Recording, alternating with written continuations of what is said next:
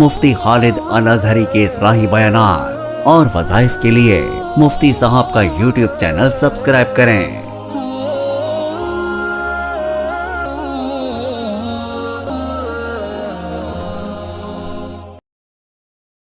نحمده ونصلي ونسلم على رسوله الكريم اما بعد فاعوذ بالله من الشیطان الرجیم بسم اللہ الرحمن الرحیم۔ معزز ناظرین کرام، السلام علیکم ورحمۃ اللہ وبرکاتہ۔ حضرت انس بن مالک رضی اللہ تعالی عنہ ارشاد فرماتے ہیں کہ مجھے نبی کریم صلی اللہ علیہ وسلم نے ارشاد فرمایا کہ اے بیٹے، جب اپنے گھر میں داخل ہو تو سلام کیا کرو، یہ تمہارے لیے اور تمہارے گھر والوں کے لیے برکت کا باعث ہے۔ سلام در حقیقت ایک دعا ہے کہ جو نبی کریم صلی اللہ علیہ وسلم نے ہمیں سکھلائی، کیونکہ اسلام یہ امن کا درس دیتا ہے، سلامتی کا درس دیتا ہے، اور اسلام کی بنیاد اللہ تبارک و تعالیٰ نے امن میں رکھی ہے۔ مسلمان پرامن ہوا کرتا ہے، اور مسلمان ہمیشہ کے لیے دوسرے کے لیے سکون، آسانی اور سلامتی کا باعث ہوتا ہے۔ مسلمان کے ہاتھ سے دوسرا مسلمان بھی محفوظ رہتا ہے۔ مسلمان کی تعریف نبی کریم صلی اللہ علیہ وسلم نے یہ فرمایا المسلم من سلم المسلمون من لسانہ و یدہ۔ مسلمان وہ ہے جس کے ہاتھ اور زبان کی ایذا سے باقی مسلمان محفوظ رہیں۔ تو مسلمان نہ تو کسی کو تکلیف دیتا ہے، نہ اس سے ظلم کرتا ہے، اور نہ ہی اسے زبان سے برا بھلا کہتا ہے، بلکہ مسلمان تو سلامتی کا باعث بنتا ہے۔ اسی لیے اسلام نے ملنے کے وقت جو کلمات لازم کیے وہ سلام کے ہیں۔ السلام علیکم، کہ باہر سے کوئی آتا ہے وہ آ کے کہے کہ میری طرف سے تم پہ سلامتی ہو، مجھ سے تمہیں کوئی خطرہ نہیں ہونا چاہیے، میں ایسے دین کا پیروکار ہوں جو کہ مجھے سلامتی سکھاتا ہے، مجھے امن سکھاتا ہے۔ تو اسلام سلامتی کا دین ہے، اس لیے اس کی جب کبھی کسی سے مسلمان سے ملتے ہیں تو سلام کرتے ہیں۔ سلام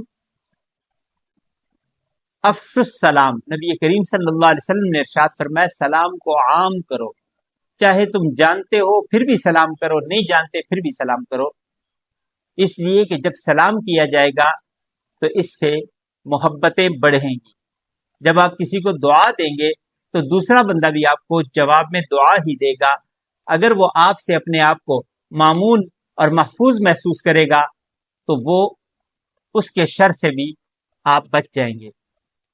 تو ہر ایک کو سلام کرنا چاہیے۔ یہ حدیث مبارکہ جو حضرت انس بن مالک رضی اللہ تعالی عنہ سے مروی ہے۔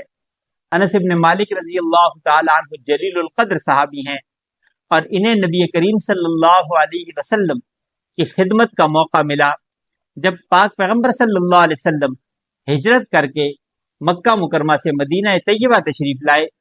تو انس بن مالک رضی اللہ تعالی عنہ کی والدہ نے انہیں نبی کریم صلی اللہ علیہ وسلم کی خدمت میں پیش کیا۔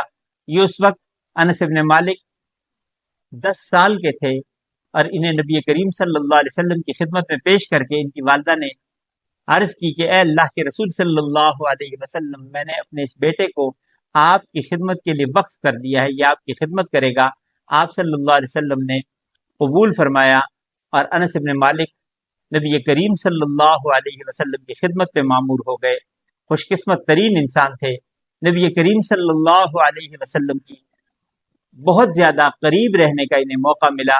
بہت سی روایات کے راوی ہیں۔ انس بن مالک رضی اللہ تعالی عنہ فرماتے ہیں کہ نبی پاک صلی اللہ علیہ وسلم نے مجھے حکم دیا کہ اے میرے بیٹے، جب تم اپنے گھر میں داخل ہو تو سلام کرو، اور جب تم سلام کرو گے اس کی بدولت اللہ تبارک و تعالیٰ تم پہ بھی اور گھر والوں پہ بھی سلامتی نازل فرمائیں گے، رحمت نازل فرمائیں گے۔